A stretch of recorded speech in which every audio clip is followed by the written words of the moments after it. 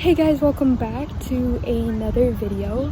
So today I'm going to be talking about Seneca College's counseling and accessibility services, so it's like easier to understand and so students can see what services are offered. To start, there's a counseling and accessibility office at every Seneca College campus. There are two services that they offer: counseling and accessibility services. The counseling services are just counselors that are available to any and every Seneca College student who wants, and you can book an appointment to see a counselor through the front desk of your counseling and accessibility services office at whichever Seneca College campus you're at. You'll then get assigned a counselor, and during your appointment you can talk about anything. It doesn't just have to be about school.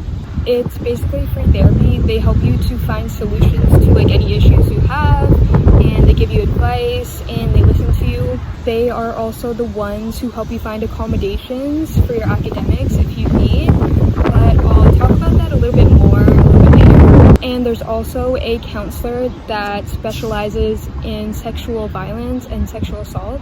So if you were like sexually violated or you were sexually assaulted, I would advise talking to them because they specialize in that field, so they give you more information and resources and they can help you better. And I know this because I was sexually assaulted my first year of college, and talking to them over like the general counselor, like it was better because they're more educated on this and they gave me like more resources and they helped me out a lot more than just like talking to a general counselor. Seneca also has accessibility services, and this is the Learning Strategist, the Assistive Technologist. Learning Strategists can help you academically. They can help you with note-taking, organization, teach you memory strategies, teach you presentation skills, help you exam prep, and help you de-stress when taking tests or exams. They basically teach you strategies to tackle your academics better.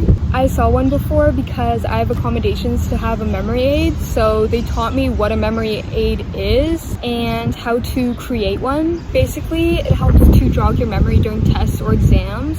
Since I'm on Seroquel and Seroquel like affects my memory, so I can't like memorize as much, or I don't remember as much. There are rules to a memory aid, so you have to get the memory aid approved by your professor 10 days before the test or exam. It isn't a cheat sheet at all. You can use acronyms, you can use like acrostic poems and like highlight the letter like beginning acrostically. You can like rhyme definitions with words, and you can also add pictures, and the pictures that you can use can be found on TheNounProject.com, and they have like a lot of icons and pictures that you can use. Assistive technologists help you learn how to use devices to help you with your academics, and it's for people with accommodations or people with disabilities. And I also saw one before.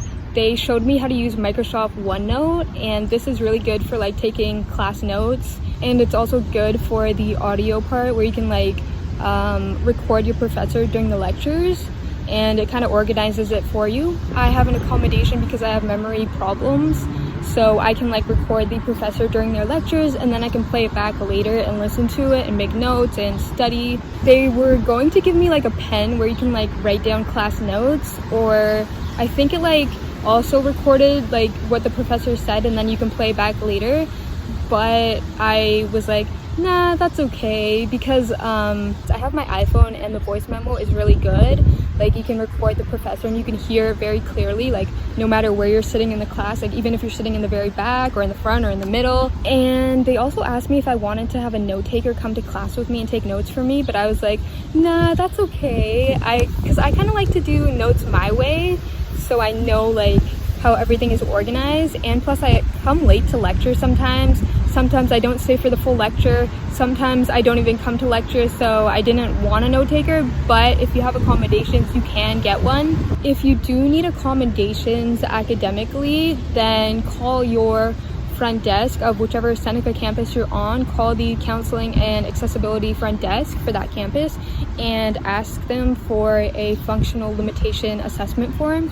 This form you're gonna have to fill out, and you're also gonna have to get like a doctor or a psychiatrist to help like fill out some of the parts. And then when you're done filling out that form, hand it back to the front desk and they'll book you to see your counselor. And then during that appointment with the counselor, they'll go over that form, and together you and the counselor will think of like accommodations that you can get. So for me, because I have social anxiety, I can present just to the professor like during presentations, and I can do that during office hours. Or I can, instead of memorizing what my presentation is about, I can have notes during my presentation. I also have an accommodation where I can like hand in assignments or coursework later than the due date. And I can also do my tests in the test center, which is located on the basement floor at the Newnham campus. And this is good because sometimes it's loud when you're like writing tests in the classroom, and it's easier to focus. And with this accommodation, I can get a single room to myself, or I can get like headphones to like block out the noise. If you are able to write your tests in the test center, I would recommend coming early, because normally like during exam season, there's like a huge lineup.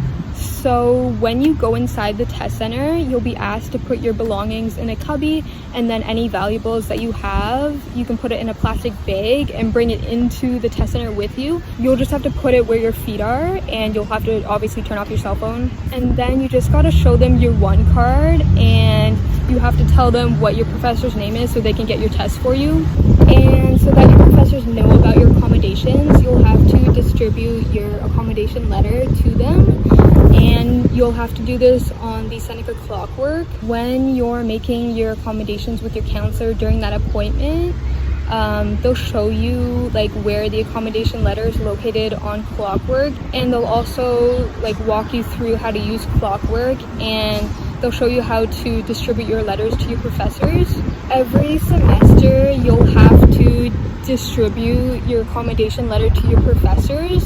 So once you learn how to do it the first time, you can now do it by yourself on the Clockwork website, and you don't have to like do it with your counselor every semester. You can do it by yourself. I also want to mention Good to Talk and RealCampus as resources for like after hours or weekends if you do need help. RealCampus offers counseling and workshops, and I've attended like most of their workshops, and they're really good. And Good to Talk is a helpline if you do need help. Seneca also has mindfulness and yoga workshops that the Counseling and Accessibility Services office does host. And Seneca also has the Strive program that the Learning Center does host, and it's just a program of like workshops that help students like academically. And lastly, I just want to say that all these services are free, and they're free to any Seneca College student. And if you do have any like general questions, you can always comment below or message me privately on social media,